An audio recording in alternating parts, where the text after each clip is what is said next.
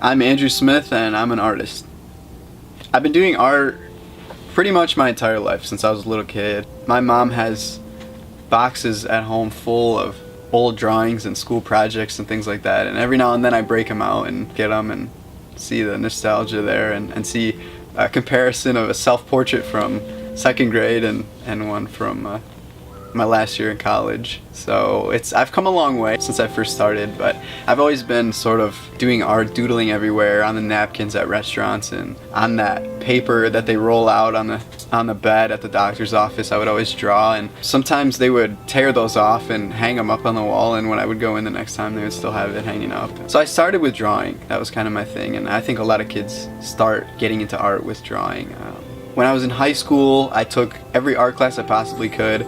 I got to a point where they had to make new art classes for me. I would take the class, and then I would take the advanced version of the class, and then it would be like Advanced Design 2, Advanced Design 3, and it just kept going from there. My senior year, I started my day off, first, second, and third hour were all art classes. Then I had lunch, and I had one class, and then I went back to another art class.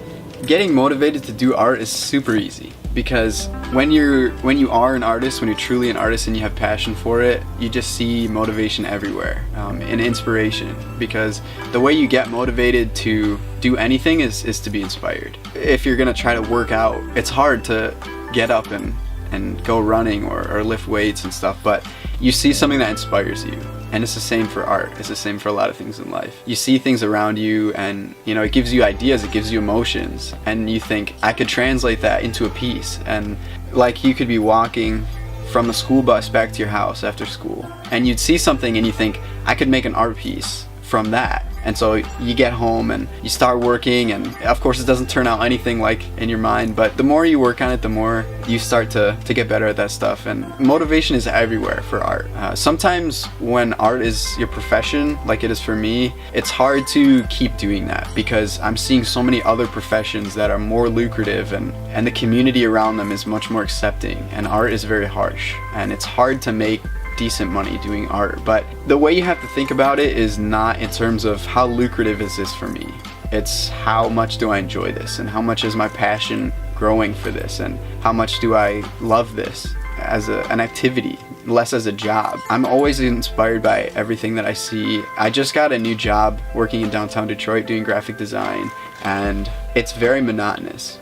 And that was something I was a little worried about going into the job, because doing the same thing over and over can kind of burn you out. And when it's art, as my passion being art, doing art over and over and over again, the same similar type of graphic design thing all day, honestly, I was worried that I would start hating it after a while. And I'm hoping that doesn't happen. I've only worked there for 3 weeks, so it's still in the possibilities. But I work on the 29th floor of 1DC in downtown, and every morning I get this awesome sunrise right in front of my window from my desk, and that's all it takes is one thing to hear one thing. Maybe it's a song or a movie, and you get inspired. The whole city of Detroit is very inspiring to me. It's not the biggest city, and it's not the most beautiful city. I think places like Chicago and New York City and Seattle have that beat, but the thing that Detroit does have going for it, which I'm sure other cities do, but you don't see this part as much, is the soul behind it. You can be in Detroit, something that I've noticed a lot, you can be in the city of Detroit and be looking at the most immaculate building ever and think, wow, I would have to be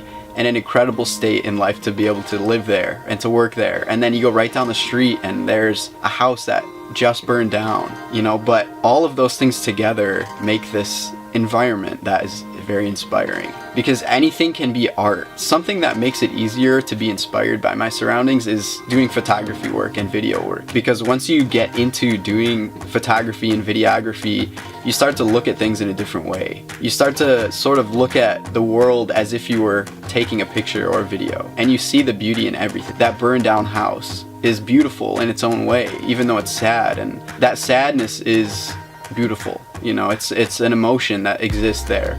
So everything you see around you is very inspiring, in the city of Detroit especially. I'm loving being able to work there every day, and especially being up high and having an awesome view is great. One of the nicest things about my job is, it's a very relaxed work environment. Something that everybody does is listen to music while they're working. I always listen to music when I'm doing art. Even when I'm doing video stuff, sometimes I'll have a headphone in, because when I do make a video, when I produce a video, when I'm doing editing, I'm putting music to it. That is a way that you can get inspired too, by listening to music when you're walking around in the city, or when you're just in town or whatever. While you're driving, you're hearing music, and it's like a soundtrack to your life, if that makes sense. So different types of music can inspire you in different ways by giving you different emotions, and I listen to just about everything. The only thing I don't listen to is country, and that's just because I can't stand it, honestly.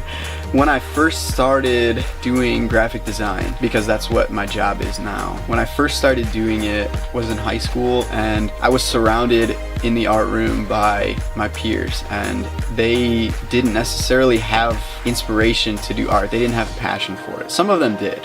And the longer I was in high school, the more I was surrounded by people who also had passion for art. Because like freshman year, people are just in art class because it's a class to take. But when you get to senior year, we're doing classes like a second stage advanced art class and an AP art class, and people aren't doing those unless they really have a strong passion for art. I was surrounded by people who were doing art, and I went to college and I was surrounded by people who were doing art again. But everyone who was there at the school was there for art, because it was an art school. And that shift, going from people who don't have passion for art but are just taking a class or just doing art, to being surrounded every day by people who love art and have passion for it and are motivated to do it. And now I work in an environment where everybody on my floor in the building is doing art because they love art and they went to art school. We share with each other all day long, and the office has so much synergy. Everyone is helping each other, everyone is laughing with each other, everyone is working together, and everyone loves their job because they get to do art. So that's a way that I guess my work process has changed, because I don't rely on myself so much anymore, just sticking to my own thing and focusing on what I'm doing. I'm sort of helping someone else and getting help from somebody else, and working with other people, and it's awesome. I do graphic design by trade. That's my job, that's what I got hired for, that's what pays the bills right now. But if you were to ask me what my favorite type of art is, I probably wouldn't say graphic design. I love graphic design because it's not just about, okay, I need a logo, or I need a business card, or I need a website done. It's more of, I'm a client, I don't know art, but I have an idea. And then you talk to the client and they give you their idea, and you work with them and you make their idea into something that's visual and tangible. And that's kind of what I've always loved doing with art. And that's why I got into graphic design, because I love taking people's ideas that they express and making them visual, making them into something real. My favorite form of art right now is probably video. I think my favorite kind of art changes a lot, actually, and over the years especially, it definitely changes, and it depends on what I'm doing at the time too. And most of what I'm doing right now is probably graphic design, but what I'm spending my free time on right now is video, and I think that says the most, what you spend your free time doing. Most art now is digital. We still have paintings and people doing illustration and caricatures and things like that, but that is almost seen more of like a passe or cliche now. And I don't agree with that necessarily. I think that physical forms of art like painting and things like that and sculpture are still just as beautiful as they've always been. And it takes a lot of talent still to do that. Those are no easier than they ever were. And I don't think they ever will be easier than they have been. The digital art world does get easier. We have companies like Adobe that work tirelessly to make the creative process easier for their users. And that's part of why I love doing digital. Not because it's easy, but because I don't have to do all the work to make it easy for myself. There's somebody out there that's wanting me to be able to create more. The people at Adobe aren't saying, how can we make this as easy as possible, because people are lazy. They're saying, how can we make this easy as possible so that people can keep doing it and do more of it and keep loving it without getting frustrated. And digital art has something called undo, which painting physically doesn't really have. So if you make a mistake, you can just press Command Z and it's gone. So that's part of the reason I love doing digital art so much. And when I'm doing photography and video, it's not quite that easy, because I'm trying to capture moments, and if I miss it, I can't just back up and try to get that shot again. But I still like being able to get home and look at everything on my computer and work on it like that. Before I got this job working in downtown Detroit, I was a lifeguard at the local YMCA, and that was a great job. It was all about community, and that's what the YMCA is about, is community, and the coworkers were fun for the most part, but it seemed like a high school job to me. And the biggest issue I had with it is that it wasn't creative. It wasn't an art job. I liked the job and I felt like it was important, but it didn't allow me to create and it didn't allow me to grow. Before that, I did landscaping and lawn mowing and things like that. I've always done childcare jobs here and there, miscellaneous, and most jobs that young people do before they get their big time job. But none of those jobs had anything to do with art, and I couldn't create and I couldn't grow personally and I couldn't grow creatively doing those jobs. So it was important to me to be able to get a job where I could create and I could do art, because that's my passion and that's what I live for. The reason that art is so important to me is because it's what I'm passionate about. Everyone's passionate about something different. And for me, that's art. It's, I'm always seeing things in a creative way. And I'm always observing everything around me. I have severe ADD. I always have growing up. And it made school really difficult for me, but it makes art that much better for me because I'm looking at everything. I'm noticing everything. I'm seeing everything. And every time I see something, every time I observe something, that's an opportunity for me to be inspired. I could not imagine being inspired so many times every day and not expressing that in art. Self-expression is one of the most important things for every human. I think if you're not living a life that revolves around self-expression, you're doing something wrong, because humans are so emotional that you have to be able to get that out somehow. And the way that I express my emotions a lot of times is through art. And when I'm inspired by things, I get those emotions. Like I was saying before about, I see a sunrise or I hear a song on the radio and I think I can use that. I can create with that, and having all of these ideas, I couldn't imagine not putting them onto the paper or onto the computer screen, as it were now. But if you were to ask me why I do art, I couldn't imagine not doing it.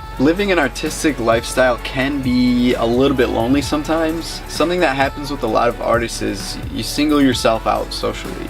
You're spending a lot of time in your room or in your studio. You're spending a lot of time doing work because you're never satisfied with your art, and you're always trying to be better at it. You're always trying to make a piece better. There's a quote I like: an artist is never finished, he simply moves on. And that's so true with art. I finish a piece and I hate it, or maybe I don't hate it, but I don't like it. I'm not satisfied with the way it turned out, and it's already 11 p.m. and I could sit at my desk until 2 a.m. trying to make it better. It might not get better. And I have to be able to accept that. Even though I don't like it at 11 o'clock, I could take it to somebody else and they would love it. Not only am I doing work for myself at that point, trying to better it for myself, even though others around me already enjoy the artwork or they're satisfied with it, I'm missing out on time when I'm trying to make it better. And that's time that I'm not going to get back. It's time that I could be hanging out with my friends. It's time that I could be spending with my family. And I've sort of made part of my room into a studio, and I could stay there at my drafting table for hours a day just working on art if I had the time. But I could spend all my free time there. I could spend all night there, but I would miss out on all these social interactions and being social and having a social life and hanging out with friends and going out and exploring and traveling. Those are things that are so crucial to being good at different art, because during those times, during those social times and those interactions, you're being inspired by everything. Especially when you're traveling and when you're hanging out with friends and family, you're seeing things and you're hearing things, and people are telling you about stories, and especially for photography and videography, you're out there in the world, you're being social. And I think that photography and videography are two things that are definitely more social than a lot of other forms of art, even though you're behind the camera. And sometimes you don't get to enjoy moments as much because you're trying to capture them. And sometimes it would be nice just to let yourself go and to be fully in the moment and enjoying it. But a part of you is held back because you're trying to capture it. And even if I'm not holding a camera, even if I'm just observing something, part of me is thinking about what I'm looking at in an artistic way and trying to figure out what I could do with that. And sometimes you miss out on things, but you just gotta stick close with your friends and family and be motivated to get out into the world and not sit at your desk and strive to make your art perfect, and just accept your art for what it is and and move on. Something that I am upset with about the place that art is at today is it's so saturated with stuff. And I could be at a concert with my friends and I could be recording it on my phone, and to me that's just a moment. I'm just recording a short clip or one photo. I'm not standing there with my camera the whole time like a lot of people do. But me and my friends joke about iPhone photographers, which are a big thing right now. People who take their iPhone out and, I have a 16 megapixel camera, I can do 4K video, and here they are on Instagram getting, hundreds of likes with hashtags photography and photographer, and it's so saturated with people who aren't artists and who are not trying to be. If you're not an artist and you're trying to be, I applaud you, and that's great, go for it. I want everybody to experience art as much as they can, but people who aren't trying to be artists are putting a bad name on people who are trying. It's so hard to make a name for yourself and be known and be popular in the art world now. You look at people who were super popular hundreds of years ago and thousands of years ago. When they did art, there weren't a lot of people who did it. They were like the only ones who would do realistic portrait paintings and things like that. And so their art didn't have to be incredible and impeccable and unique. It just had to be art, and people would love it and accept it because there wasn't a lot of. Now everybody's doing art, and people are just soaking it up. People are just accepting everything as art, and it makes it really hard to stand out in the art world. It makes it really hard to be unique and to get popular. And I'm not saying that it's important to get popular with your art, but when you're trying to make a living off of it, it is kind of important to get noticed. But it's hard to be an artist when a lot of people give it a bad rap. I already kind of talked about a little bit, you're never satisfied with your work. An artist is never satisfied with his or her work. That's super true in every way. And it's not that every piece I make I hate and I want to throw away. But sometimes I do make art and I look at it and I'm like, wow, that's incredible. And it is less rare to do something that you hate than something that you love. But I guess the fact that I'm doing art so much and there's a higher percentage of art that I don't like that I make. So I'm doing so much. So there's such a huge margin that's stuff that I'm not happy with. And I guess that's just part of doing art. Talking about goals in art and dreams in art is sort of a strange idea because you sort of live in the moment when you're doing art. It's what piece am I working on right now? What am I working on right now? What am I seeing? What am I inspired about? What am I motivated to do? And you don't always look into the future with art, but sometimes you do. And sometimes you see art maybe online or in a magazine or something, and you think, I would love to do that. I would love to make that. I would love to have my name at the bottom of that magazine page.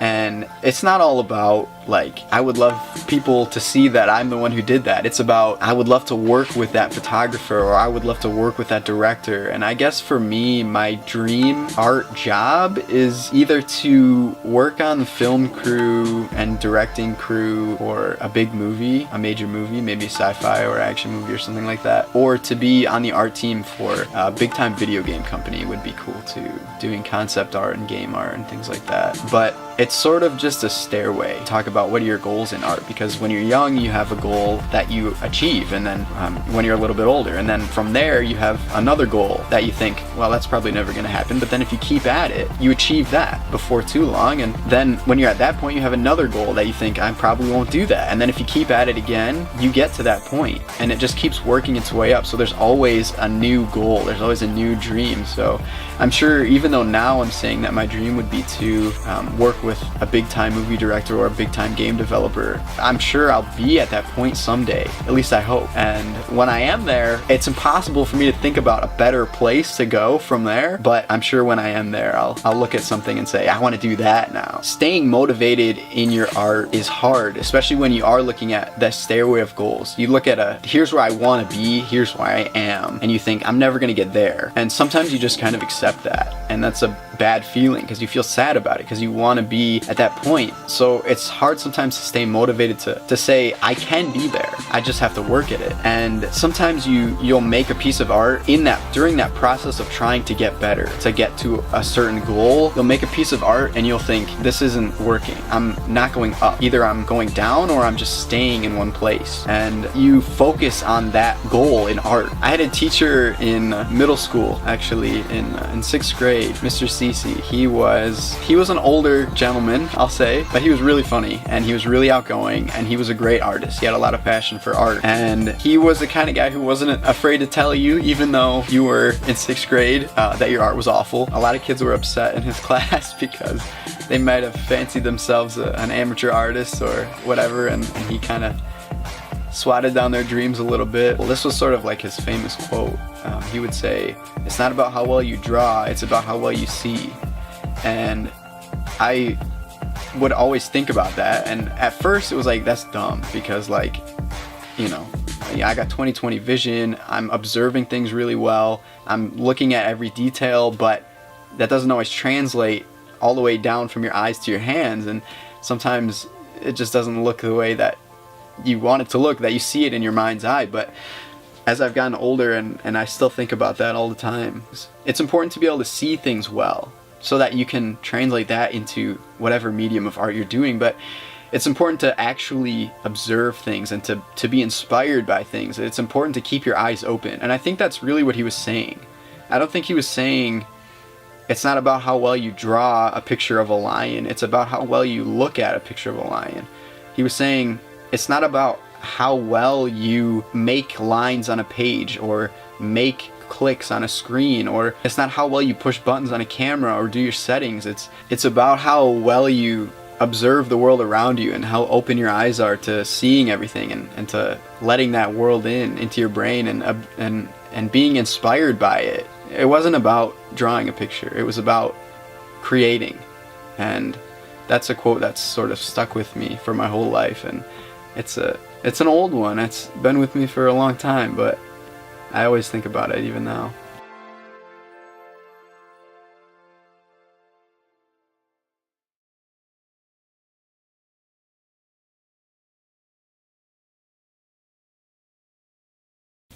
If I could have any superpower, I gotta say I would have the Flash's superpowers, because you just can't beat the Flash. Like, any scenario, throw at him. Any hero from Marvel or DC or whatever, just put them against him and he would win.